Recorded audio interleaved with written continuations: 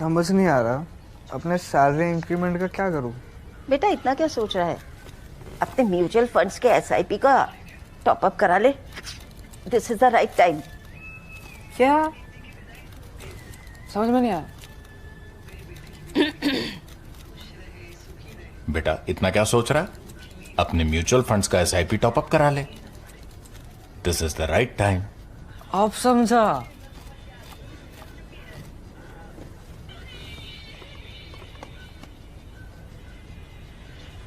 Mutual fund investments are subject to market risks. Read all scheme-related documents carefully.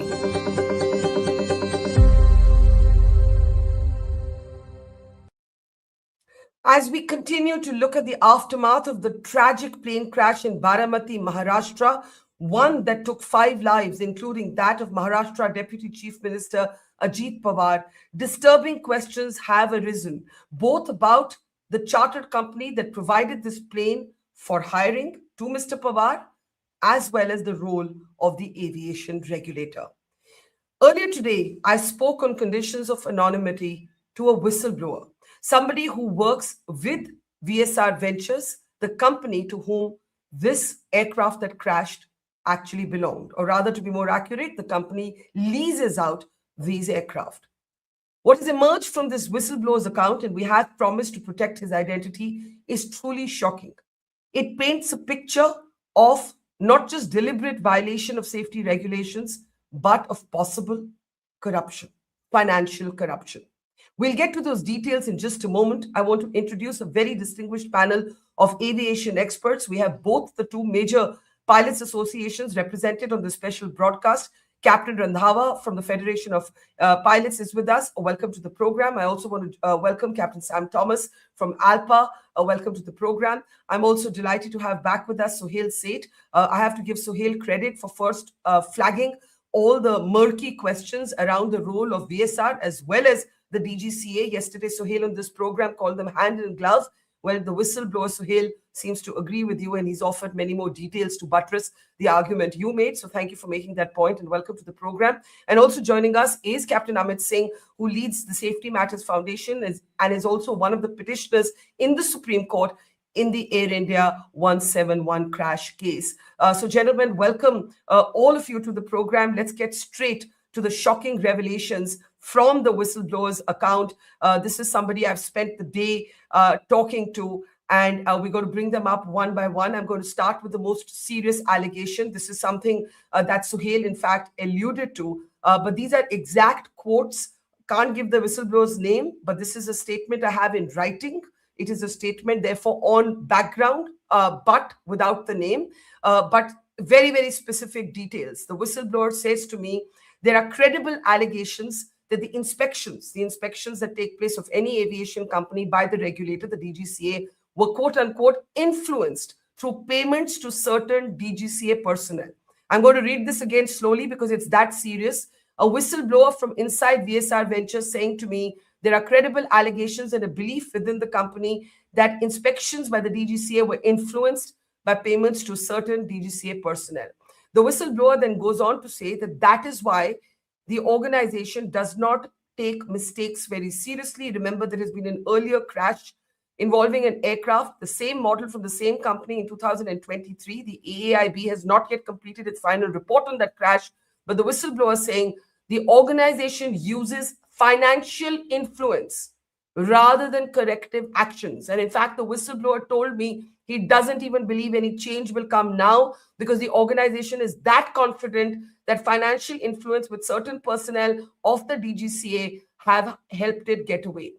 Persistent non-compliances. There's an entire culture of safety norms that are violated. Our whistleblower inside this company tells us that the company gets away. These non-compliances remain unreported because DGCA personnel have been influenced. I would not put out such a grave allegation if I did not have it very, very specifically in writing from a whistleblower inside this particular company. Now, what are some of these norms? Well, the whistleblower is reminding us that the safety norms have been violated to such a degree that what has happened in Baramati cannot be called an unforeseen accident. It is, in fact, a result of a deliberate disregard for aviation safety. let's come to some of the ways in which VSR Ventures, according to the whistleblower who has been talking to me since yesterday, has violated these norms. The first shocking thing that I was alarmed to hear is that the whistleblower tells me that it is not uncommon for aircraft leased from this particular company to have the cockpit voice recorders turned off. The CVRs are often found in off mode. This is what the whistleblower said to me. Remember, this is so important because the CVR is critical evidence as to what causes a crash. Of course, the whistleblower goes on to say that this is completely in violation of all safety rules. And then the whistleblower adds that even the basic, rudimentary, mandatory safety norm of a checklist, there is no checklist usage in aircraft that are flown by VSR Ventures. Now we come to the very critical point, and as all of you will be very interested in this, we've all been talking about it. When the Indigo crisis happened, it concerned it concerned the issue of pilots and fatigue, right? What is the rest time? It's called FDTL regulations, and we saw the whole chaos with Indigo. Now, the whistleblower inside this particular charter says that FDTL regulations were routinely violated. And here's how they were violated.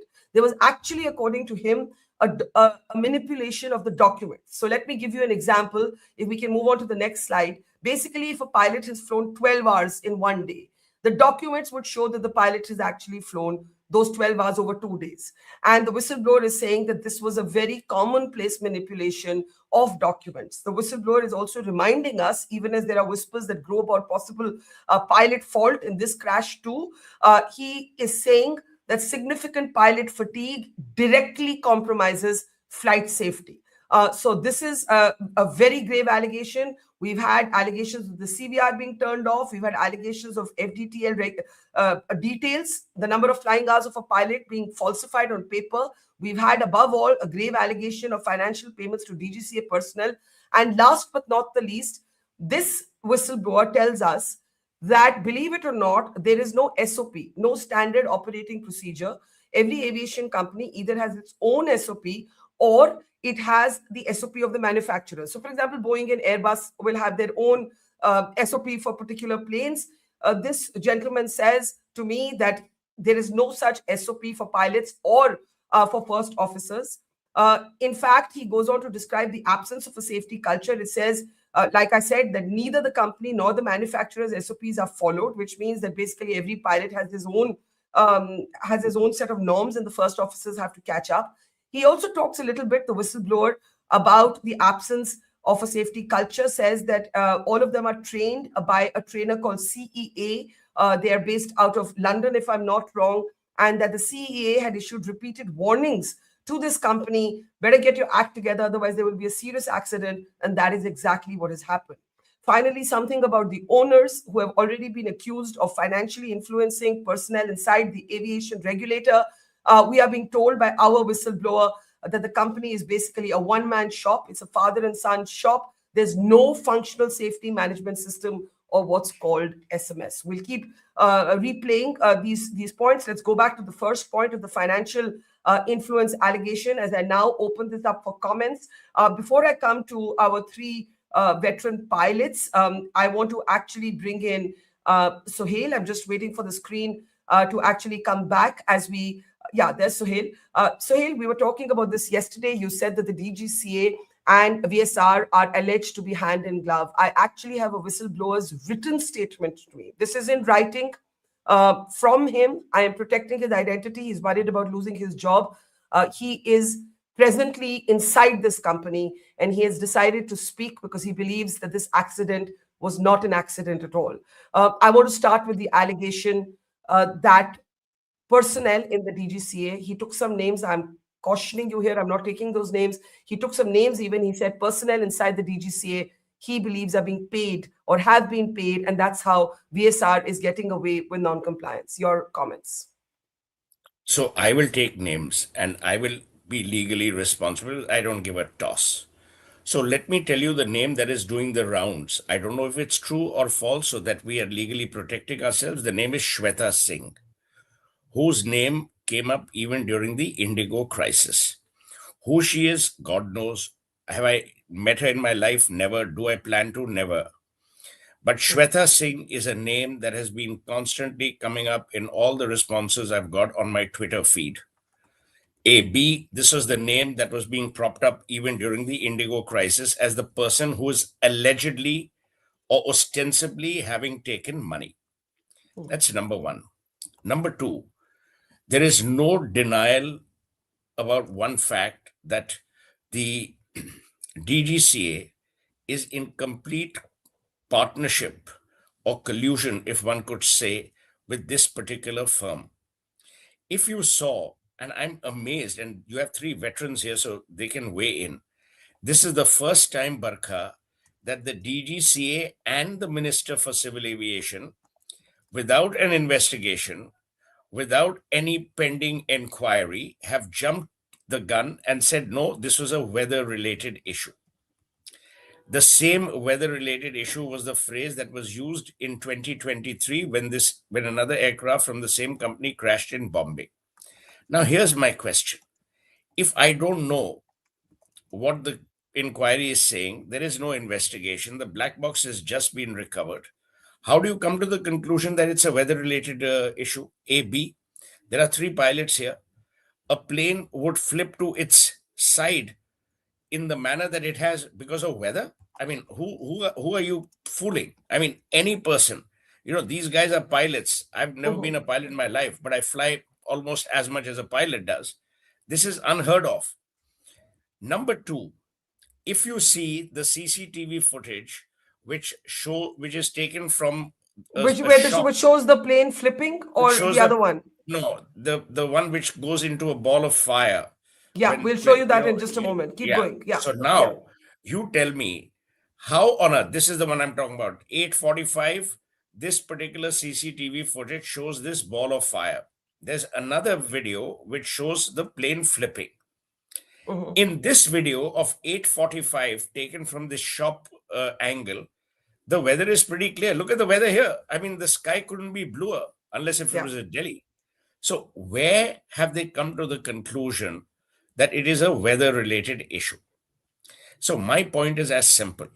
Whether it is weather or not, the fact is that the DGCA has cast itself in grime and dirt because of the manner in which A, it conducts investigations, and B, in the way in which it regulates the aviation sector in India.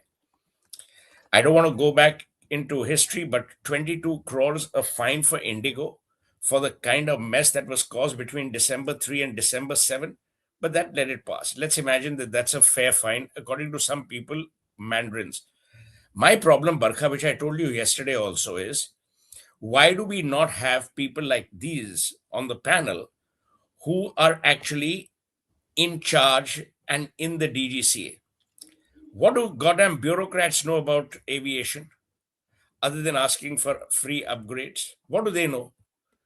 How are we allowing the aviation sector to continue to be mishandled and mismanaged with grave incompetence and at times ineptness, and we never seem to learn our lessons?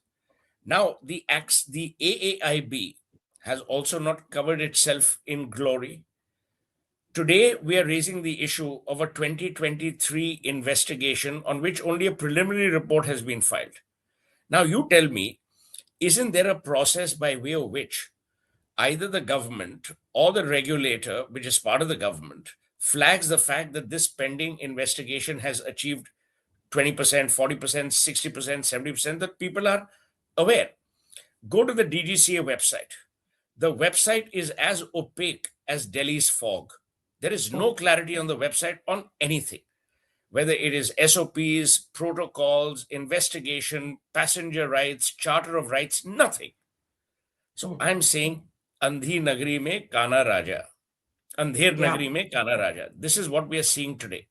And it is sad that when we have great pilots, and I told you yesterday, when I was on the British Airways Advisory Board, always the one thing that Willie Walsh and everyone else would say, India's pilots and its crew are the finest in the world.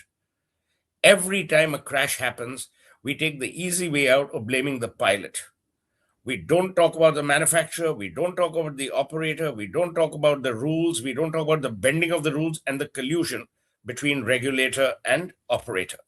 And I think it's high time this happens. And I'm glad you're doing this twice in a row, 2 days in a row, because this is what we need. Otherwise, this too will be forgotten. We are Yeah. like Alice in Wonderland. We live from lesson to lesson, but never learn any lessons. That's well said. And again, I must thank you, Sohail, for your plain speak and also for first flagging the murky history around VSR Ventures, which is how I started digging deeper. Very quickly, before I open it up for our three pilots to comment, basically, you have named names. You have spoken about a particular official in the DGCA, but you have also said that you too, yesterday, without a whistleblower's account on record, had heard about financial influence and impropriety. And today you have a whistleblower saying that basically this company was not following safety norms and it was getting away because personnel inside the DGCA were being paid off. This is a clear Absolutely. case I was told. of corruption. And I if can, true. I can take the Fifth Amendment, even though it's not valid in India, as someone who is a part of the media in a part. But the fact, Barkha, is that people are coming up and telling you these things. People are saying this on Twitter in response to that tweet that I put out. Yeah. And I was very clear. And look at this. The DGCA normally responds. The other day when I slammed them on some other issues, they will respond. On this, they haven't responded. But if you have nothing to hide, you say bullshit, this is utter rubbish. These are the protocols that we have followed. No protocol was followed. Now you tell me, Baramati is a VVIP constituency. People are flying in and out. Today you've had the Home Minister of India, the BJP President, the Maharashtra Chief Minister, all these chaps flying in and out. Have you upgraded the airport's instrumentation landing system? You can't. Do you have an ATC there? No. It's the damn Flying Institute at Baramati, which actually guides, because this is a VFR, a visual flying airport, VFA, whatever it's called. Yeah. So even between yesterday in the morning and today, we haven't learned any lesson. God forbid something had happened today. Now, Yeah. the problem here is no one actually goes into the intricacies of these things, and we let this pass because human life in India means nothing. If it wasn't Ajit Pawar in this crash, we wouldn't be having this discussion. But in a way, irony as it may be, I'm glad that that is one service, if the late Ajit Pawar has done or will do, is that we overhaul the way we regulate our aviation sector. Yes, absolutely. And I think it's so, Sam, I saw you nodding when Sohail said this. Sohail, stay as long as you can. I know you have to hop off for a meeting, but I'm going to open this up. Captain Sam Thomas, I saw you agreeing when Sohail made the point about if it weren't for a VIP on this plane, we won't even be discussing this. As always, we have seen the finger pointing begin at pilots. Again, I hold no brief for anybody. If it is a pilot error, let the evidence show that. But there is the shocking allegations that are coming from inside the company. This is somebody who is risking a lot to actually give me these details. Are you surprised? Are you shocked? Or are you like Sohail, basically not shocked because you were hearing this or in the know of this anyway? Ma'am, good evening. Absolutely right. There are a couple of points that I need to highlight. One is I am surprised that you are surprised at these allegations. We've been in it. Everybody knows it. And the other thing is we are mostly enamored by Mr. Sohail Seth's diction and the delivery of whatever he says. And the truth factor is tremendous. I wish I had such... The truth factor is what matters more than the eloquence even. Yeah, absolutely, absolutely. And what I was shocked to hear yesterday on the same panel was Mr. Seth put out a sentence to say that VSR can send its gundas behind me, I don't care. That is shocking to me. I mean, if that is going to be a fact, then we are really, really far away from, forget investigations. We are not even close that to was not a figuring fact. out. That wasn't a fact. I was just saying that, we really don't care. I mean, But can I ask you what has been the reaction to the fact of what you said of the DGCA? Did you get calls from the government, from DGCA saying this is not true? Nothing? No. Just No. stony silence? No. And, I mean, as Sam said, it'll take them a lot of courage to call me because I've put it out in the public domain. The only way to respond is put it out in the public domain and then we'll have a discussion. Yeah. I'm not going to harbor calls or, people saying, oh, but we'll do this for you. I don't need VIP stickers for airports. I don't need car passes. I don't need anything. So, Okay. what the hell can they do? Okay, Sam, sorry. Let Yeah, let you finish your point. Yeah. Yeah, ma'am, the third point is the VVIP. Firstly, it's a wrong usage of the term. VIP is the max you can use for anybody other than the president, vice president, and prime minister in the nomenclature. Now, there is a lot of unsaid pressure on pilots when we operate these flights. It's not directly the person in charge. Say, for instance, a particular minister, he will not put pressure on you. But these cronies who are with him will call you 25 times in about half an hour and tell you that it's imperative that the minister reach there at this time. Yeah. Having said that, now you had visual flight rules airport, and at 3,200 meters of reported visibility, how did you commence an approach? The second part of it is 3,200 is not 3,200. Here's a little bit technical factor that comes in. Without confusing the public, I'd like to just inform you that the serious details of this would be given by Captain Amit Singh. When there's a rising sun and the fog, there is a tunnel effect. This airplane was landing on runway 11. So you're looking directly into the sun, and that can cause a problem. The very fact that he made the first go-around sighting no runway in sight is very clear that the visibility was not sufficient. Can I be direct? Can I be direct? When you say there's pressure on pilots from political cronies, that minister has to reach so-and-so rally, the pilot clearly did a go-around because he could not see the runway or he did not think it fit to land the aircraft. But this second video, which shows the plane swerving, flipping midair, and lurching to the left before landing, tells you that this plane did not crash because of something going wrong in the landing. Something went wrong much earlier. Look at this video. The plane is swerving. Yes, ma'am, I have seen it. It's a telltale sign of what has happened, but it's not correct to tell you that this is the only reason that it happened.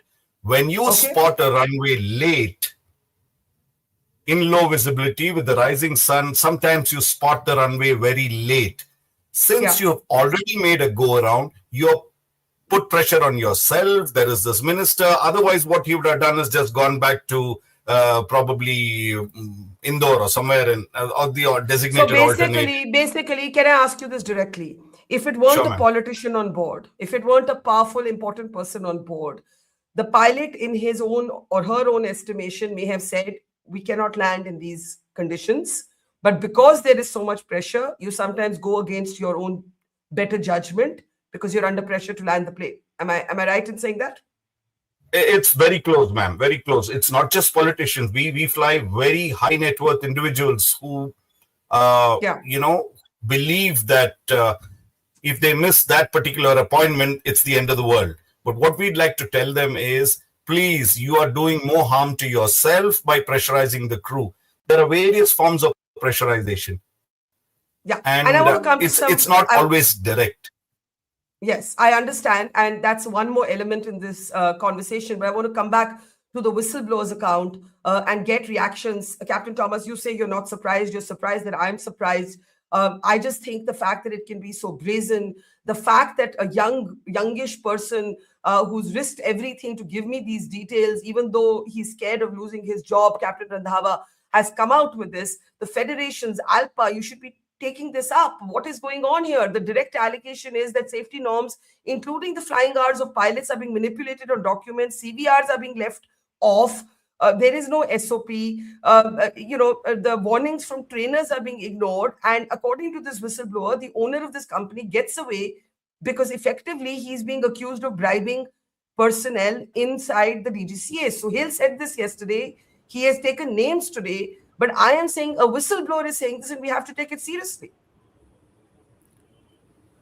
Yeah, Barkha, I agree with my fellow panelists, Suhail, and later on, Sam also said, and you also have come out with certain findings.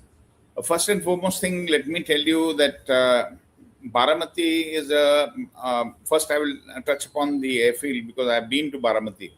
Baramati is a tabletop airport, slight tabletop airport, and it's 5,800 and the runway direction is 1129. Now, it is really bizarre that firstly, if you go around the fencing of that airfield, it is breached all sides. You find cattle and cows, they are grazing close to the runway. Okay, I've seen it, right? And I reported that matter at that time to DGCA, and nothing happened. So I don't know whether they have done something about the perimeter fencing. Okay. The second point is there is no aid available, that landing aid, that is ILS or a VOR. It's a visual runway. Now, the rules say that you should have 5 kilometers of visibility. The only case in which you can use the special VFR provision, which they started about 2 years back in DGCA, there has to be an approval given by the DGCA to use the special VFR in which you come down to 1.5 kilometers. That is given based on the experience level of the pilots and the company's record, and it is not easily given. Now, I am totally surprised when the weather was bad at Pune, when it had crossed Pune, this aircraft, and was handed over to Baramati. The visibility was below minima. It was below 5 kilometers. So at 3 kilometers, this is the AIB statement, 3 kilometers. How did the aircraft commence the approach? First of all, you are not supposed to commence the approach if the visibility is below minima, and the aircraft should have diverted, or if had the fuel, should have held on over the air. The next point, what rightly said that when you land into the sun, there is an illusion in the mind, pilot's mind, and when they see, then there is a type of illusion because there is a lot of glare because you're landing into the sun. And on top of that, the visibility is also 3 kilometers. So there is a factor of visibility, though. But hang on. You're actually saying that the plane should have diverted. It should never have made that first approach where it had to go around. The plane should have turned back or gone somewhere else. 3 kilometers. 3 kilometers. Yeah. No one is talking about it. I've been harping upon since yesterday at every channel that no one is talking, including the minister. Minister just said that no, weather was okay. Weather was a criteria. There was fog. Where is fog? There is no fog. There is no mist. The visibility was low. Secondly, there is a difference between the horizontal visibility and the slant visibility. That is another point to be considered. What you see horizontally may not be true when you see slant visibility, what the pilots see when they are coming down. The next point, if you see the aircraft, if the runway is there, the aircraft is actually crashed on the left. Yeah. Right? Yeah. Now, you see the aircraft flipping to the left. Yeah. Now, I feel this aircraft, Learjet 45, is a very high-speed aircraft and has high landing speeds. It's got very thin wings, and the span is quite big. It is very prone to tip stalling. So I fear there could have been a tip stall, which will be found out in the DFDR. And what is the tip stall? What is a tip stall? Like whenever any aerofoil, it reaches the critical angle of attack, it will stall because the lift is not available at that time, and drag increases, and there will be the rate of descent will increase, the aircraft may bank to one side, so all things. But in a tip stall, what happens, that tip stall can be on either wing. So let me interject here, Captain Adhama, let me interject here because I want to get in Amit also for a first perspective. Basically, we've got two important points made by you and Sam. Sam is saying there's a kind of unspoken pressure on people when they're flying important people, on pilots when they're flying important people, to sometimes go against their technical judgment to land the plane. You are going one step further and you're saying this plane shouldn't have even made the first approach. Yes, yes. And I'll come to next point. If you what Sam has said is right, we haven't learned lessons. See the fun. We lost Mr. Madhavrao Scindia in 2001 in an accident.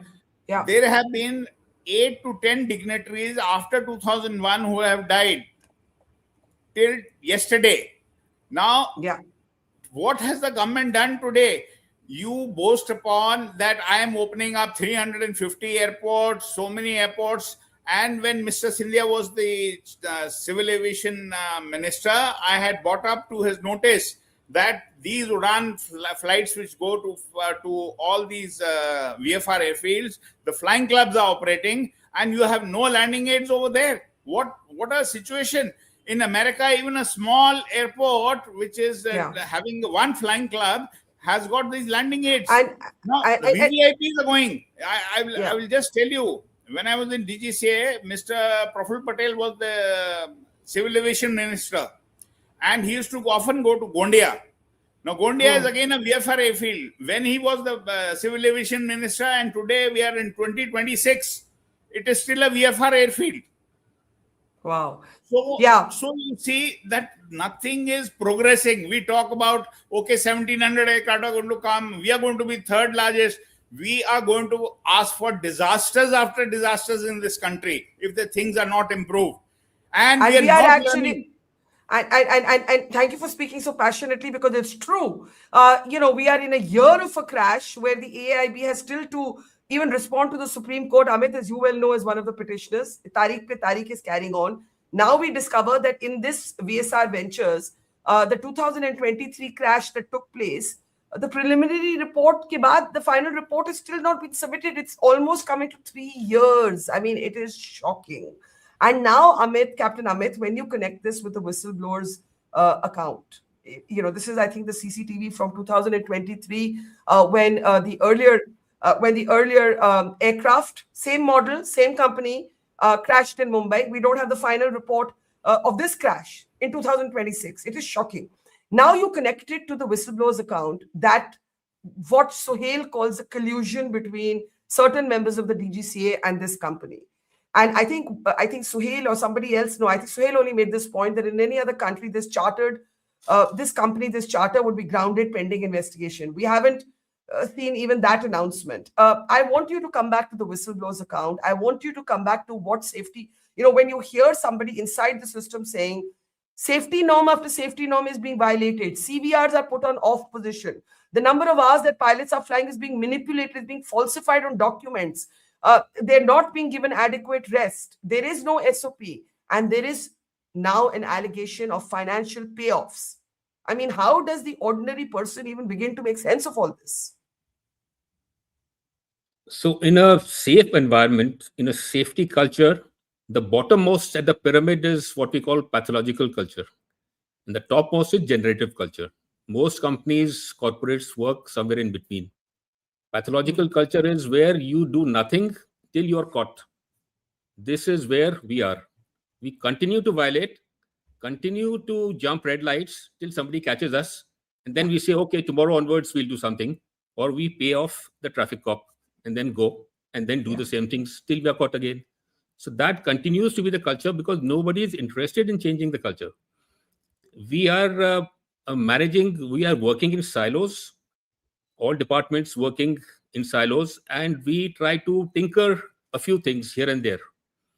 So in order to reach the top or become the topmost, we have to change the culture first, because the culture is the driving force. It is not the technology or the aircrafts, the people, software and everything. The people are more important. What the people are thinking and how they are, on what basis are they making the decisions. So if there is a collusion, which is quite clear, because there is, every time we address the symptoms, blaming the pilot is only addressing the symptom. One of the very well-known safety analysts internationally, Mr. Hudson, he once quipped that who is the first person to arrive at the scene of the accident? There was a pause, and he said the pilot. So the pilot is the first person, but Yeah. that is a proximate cause. But the root cause is well deep inside. What Nobody leaps goes to out? the root What cause. leaps out for you, Amit, in both the whistleblowers account and what you've seen so far in the reactions of the regulator or the government or even the company itself? So there is no reaction. If you listen like a professional company, if there's an accident, the CEO will come, he will speak to the public, but the CEO is not an operational expert.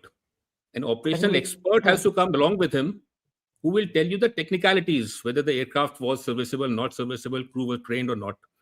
So both in Air India and this case, if the minister is giving a statement, minister obviously has a very little understanding based on what his advisors have told him. So weather cannot cause an accident. Like fog or snow, they cannot cause an accident. If I'm flying, there's a cloud in front of me, a huge cloud. That cloud alone is not doing anything to me unless I go inside the cloud. So when the elements come together, then the risk increases. So weather will not cause an accident unless I go inside the weather and start doing something. So weather alone is harmless. Now, if at Baramati the weather was poor, then who permitted the flight from Bombay to Baramati? Yeah, which is The the point first that is. criteria of a visual approach is that if I have the runway in sight and I can maintain the runway in sight, then I'm cleared for a visual approach. If I say I do not have the runway in sight, nobody will clear me for the visual approach. How was the aircraft cleared for a visual approach? Because the ATC officer there is not a licensed person.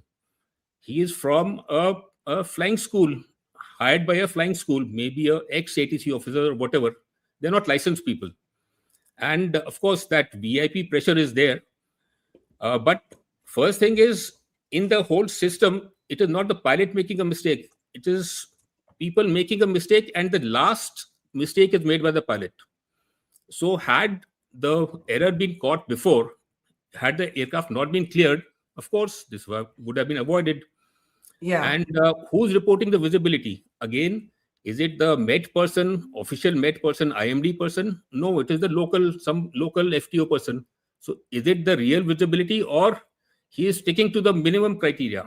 So there are so many checks and balances before it reaches the pilot. I think But that's people very. start from the other way around. Absolutely. I think that's very well explained. I want to come to Suhail, and we'll take another round of comments from all of you. I'll start with you, Suhail. Let's come back to the whistleblower, and let's come back to all of the institutional sort of organizations that owe answers at this point. We need answers from the DGCA. We need answers from the AAIB. We need answers from this particular private company, VSR. At least these three. And you know, I'm sure the federations of pilots, they will make their own submissions. Right now, when in the light of these allegations, who should be responding to these allegations? Should it be the minister? Should it be the regulator? Should it be the aircraft investigation board? Who should it be? Where does the buck It has stop? to be the regulator. It has to be the regulator because the aircraft investigation board comes under the regulator. The minister will make political brownie points or political statements. We don't need that.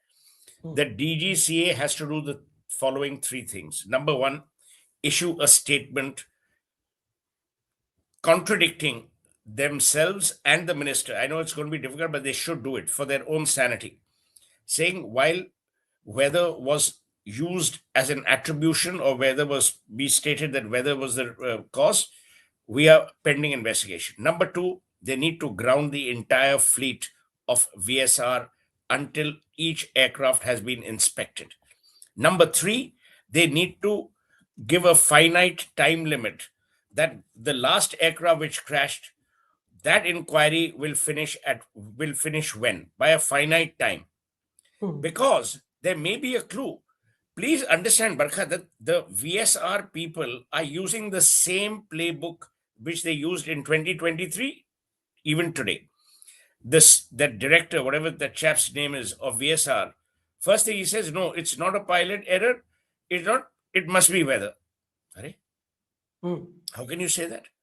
that means you are totally decrying any validation of the investigation or its purposefulness.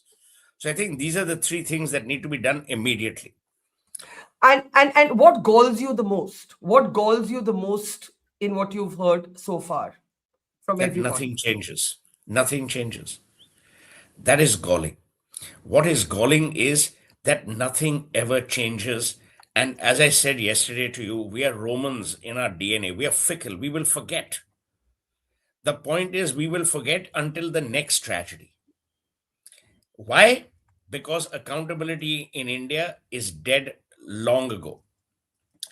Demonstrable punishment doesn't exist. Now you tell me, Shweta Singh, whose name appeared during the Indigo issues, and now, shouldn't the DGCA have done an internal inquiry? And I'm not only saying Shweta Singh, whoever, there was a photograph of some Indigo people actually operating the computers in the DGCA, whatever it is. Shouldn't there have been an inquiry? Shouldn't there be a background check on who this Shweta Singh is? Someone told me she was related to Pramod Mahajan or Pramod Mahajan's son. I don't know the details. You know, everyone has a conspiracy theory. I'm only going on the basis of what I've been told. Shouldn't there be an inquiry? Shouldn't you actually bring back the trust of people? And I totally agree. I think, I don't know if it was Amit or Mr. Captain Randhawa who said that this we are opening more airports than we have goddamn flights or passengers to fly to them. Do you know there's an airport in Durgapur? Did you know that? I don't think even the birds fly into that airport. Forget aircraft. We opened it. Yeah. So you keep opening airports to bloody put a statistical thing कि भाई देखो हम इतने बड़े देश बन गए हैं. What a great country we are for aviation. We are nothing. Let's assess our reality. Yeah. Because human life is cheap, we allow this nonsense to continue year after year, accident after accident. I have a lot of questions on, even the fact that nothing much happened with Indigo. At that time, too, there was talk of collusion between private operators and the DGCA. They showed photographs. Yeah, you saw photographs of those Indigo chaps working out of DGCA offices. And actually, DGCA should be working out of Indigo. Why should the taxpayer fund a government building? Udhar hi kaam kar lo. Anyway, I have to peel off. Okay, you have to peel off. So before I come back to the three pilot veterans, just a last thought. If you were the DGCA today, what would you do immediately? You would issue the statement, but would you order an internal inquiry? You would resign? I would resign, yes. If I was the chief of the DGCA, I would resign and I would be going out in glory because no one else seems to resign anymore. There was a time in this country when there was a train accident, the minister would resign because they would take moral responsibility. But when we live in times which are totally immoral, why would they bother? If I was the chief of the DGCA, I would resign and say, I'm submitting myself to an inquiry, and then I would play a game. The game that I would then play is a game of brilliant chess. And I would say, I'm submitting myself to the inquiry, but I also know that these are the things that I inherited. Because apparently the new DGCA head, whoever he is, I don't even know his name, is apparently a good person. But boss, if we are good people, then you join the missionaries of charity. We don't need good people. We need competent people. This country for far too long, I said, yeah, he's a clean minister. Yeah. He's supposed to be clean, for God's sake. That is not a virtue. He's supposed to be bloody good at his job. That's the issue. So if I were the DGCA chief, I would play a game of chess. I would resign. I would say, I'm submitting myself to this investigation. But here is what I've inherited. Because he would know everything. Yeah. That would be doing a great service. And all these guys, in any case, get hired by private airlines, so he doesn't need to worry about a job later. Okay, you've really set the cat among the pigeons with a very serious and provocative, but very, I would say, appropriate comment. If you were the head of the DGCA, you would resign. You would expect some resignations out of the DGCA, but they don't seem to come at all. So here we're going to let you go. I know you've already overextended your time. Guys. Thank you. Thank you, Sam. Thank you, Captain Randhawa. Bye-bye. Thanks, Sohail. Thank you. Let's keep this conversation going. We have a few minutes left. I want to come to you, Captain Thomas. You spoke about the pressure that comes from political cronies. What else leaps out for you, in everything we're hearing? I really, when I was speaking to this whistleblower, I was hearing the anxiety in his voice, the fact that he feels this could happen to him next, the fact that this has happened to his colleagues, and the fact that there's no space within these companies for pilots to say anything, or first officers, or engineers, or any other stuff. Ma'am, that is one of the things that we've been fighting right from IFALPA to ALPA all the way, a punitive culture. Now, when you have a punitive culture, that's taking you backwards in time. So you will have the fear of people reporting actual incidences. They should be allowed to freely, without repercussion, come and report to you. So should be the pilots. Today, I'll give you an example of a pilot who's been grounded for the last 120 days and he doesn't know who has grounded him. He went off the runway in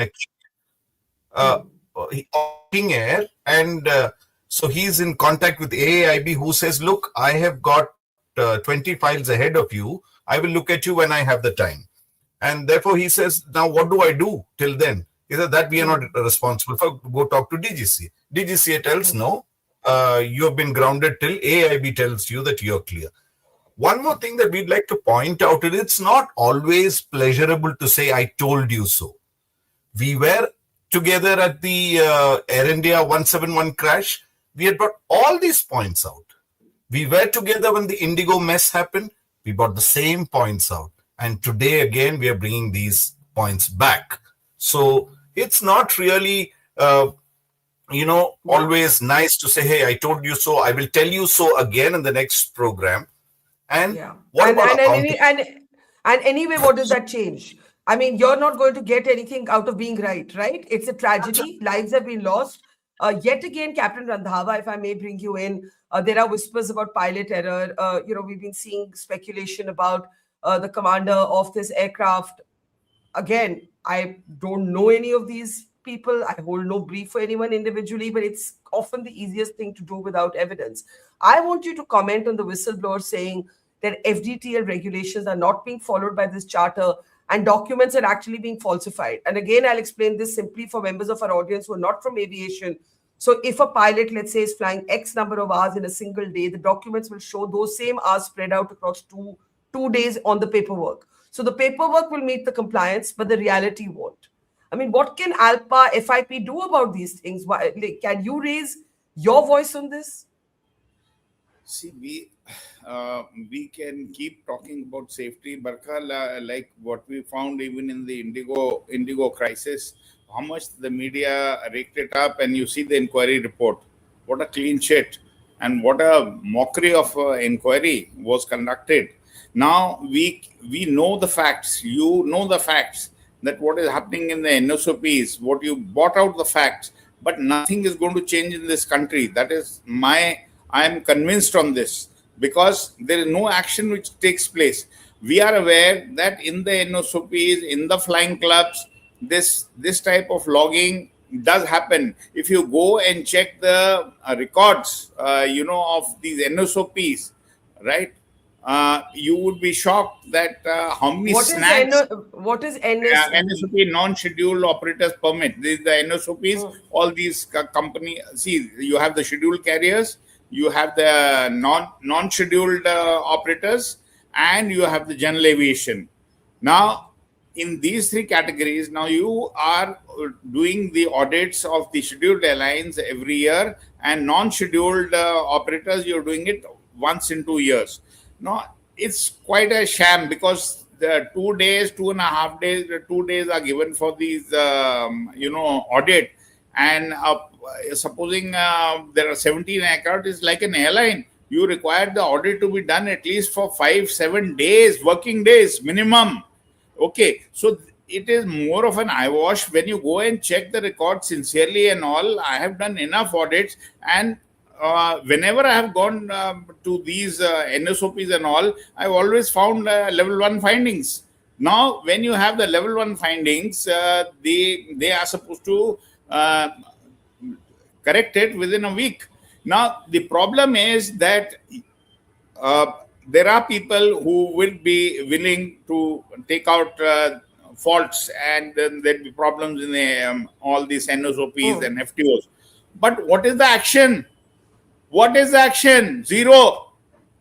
The ultimate responsibility lies with the DGCA, and there is no action.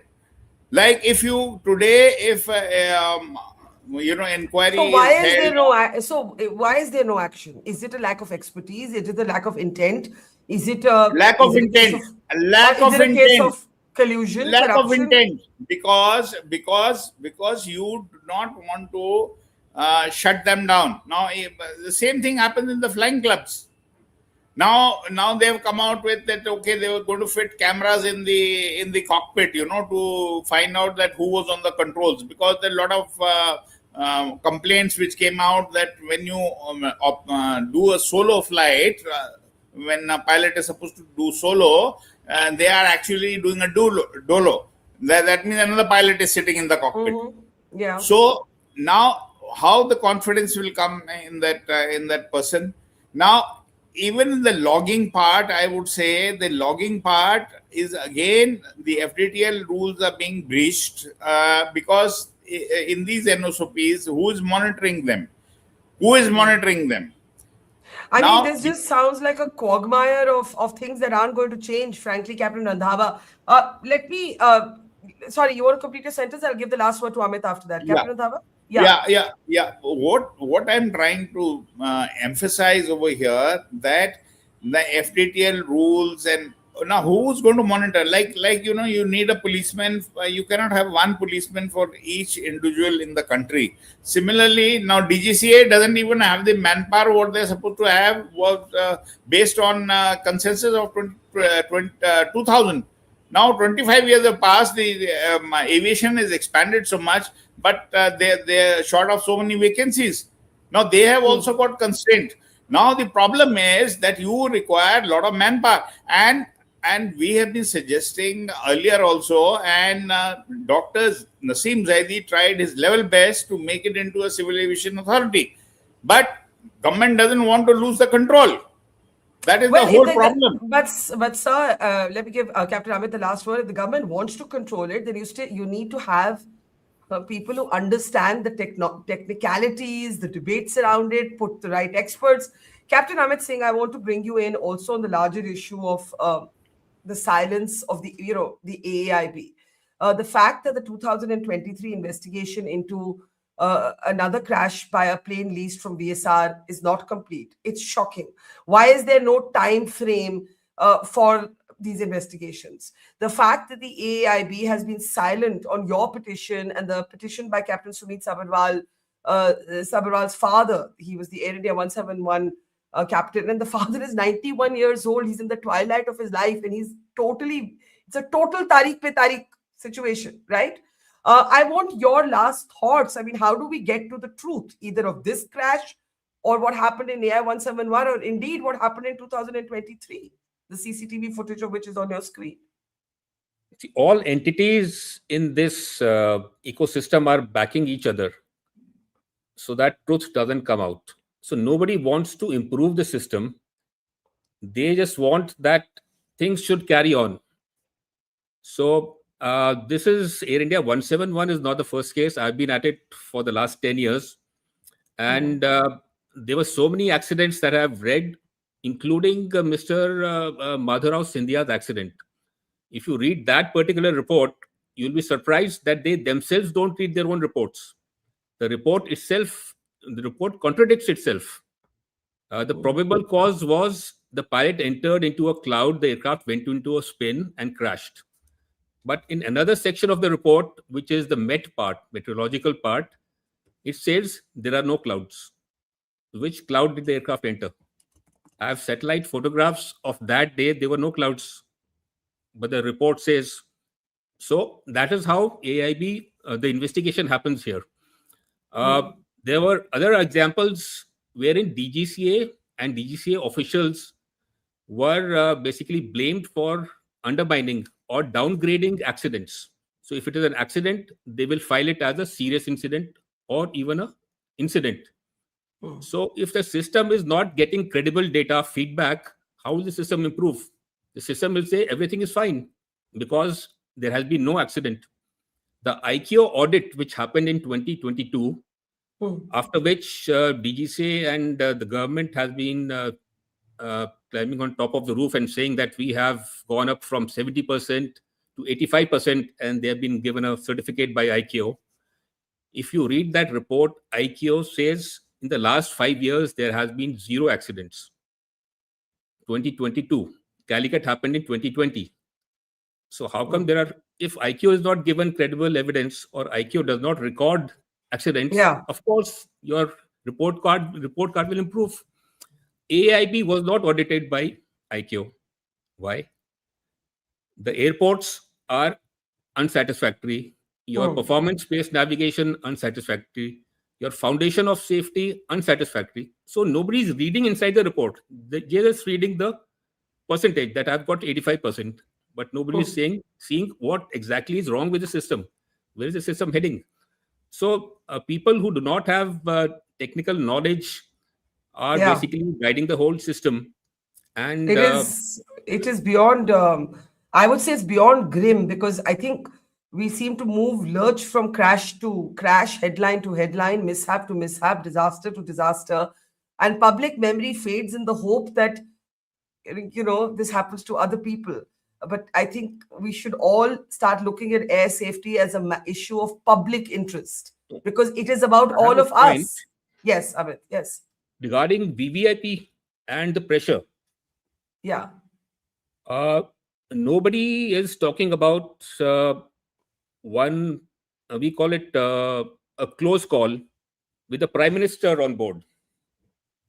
So on 29th August 2025, the Indian Prime Minister landed in Haneda in Japan.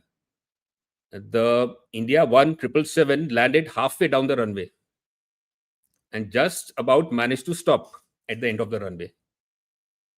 So that is an unstable approach. The pilot should have gone around. Landing on that approach is a high risk with the VVIP on board. So nevertheless, even though there's a VVIP on board, that risk has to be well, we saw it recently. Trump was headed to Davos and Air Force One actually went back and they issued a statement saying that as a matter of abundant precaution, Trump will have to go on a different aircraft. So what can matter more than life itself? I don't understand. What that can is matter? The culture we have. The culture has to change. It is not, you can't get after every individual. Absolutely. Captain Sam, I think, wants to add something and then I'll close after that. Captain Sam? Ma'am, I would completely agree with a lot of inputs, or rather the observations that the panelists have. I also own an NSOP and we try and do the best we can, but what we require is a systemic change. It's not something that you can change either an NSOP or a regular scheduled operator or general aviation. The entire system needs to change, and the change needs all the way from top to bottom. And if you start bottom up, it's going to be the only solution that we have at the moment. Otherwise, we'll be on conversation again and again and again saying the same things. And I wish we never meet, or rather we meet under pleasurable circumstances, not these. Absolutely. And just to say, in the end, I'll only say that till we, the people, start looking at air safety as a matter of public interest, not something that happens to other people, not something that's so technical that we can't understand it. Yes, of course, the experts will understand the technicalities, but we should be invested in it. For anyone who takes a flight, we should be invested in it, right? It is about all of us. We leave it there. Our Whistleblower's account has raised many, many grave questions, and we hope that there will be some answers to them in the forthcoming days. To Captain Thomas, to Captain Amit Singh, to Captain Randhawa, earlier to Suhail Seth. Thank you, and to our audience, thank you for being such an engaged audience. We'll keep following the twists and turns of this investigation, as well as all of the other aviation stories that we've been uncovering. Thank you for watching. See you soon. It's great to see you here. Thank you for watching our work. If you haven't subscribed yet, don't forget to click the bell icon and subscribe to Mojo Story and support independent, robust journalism.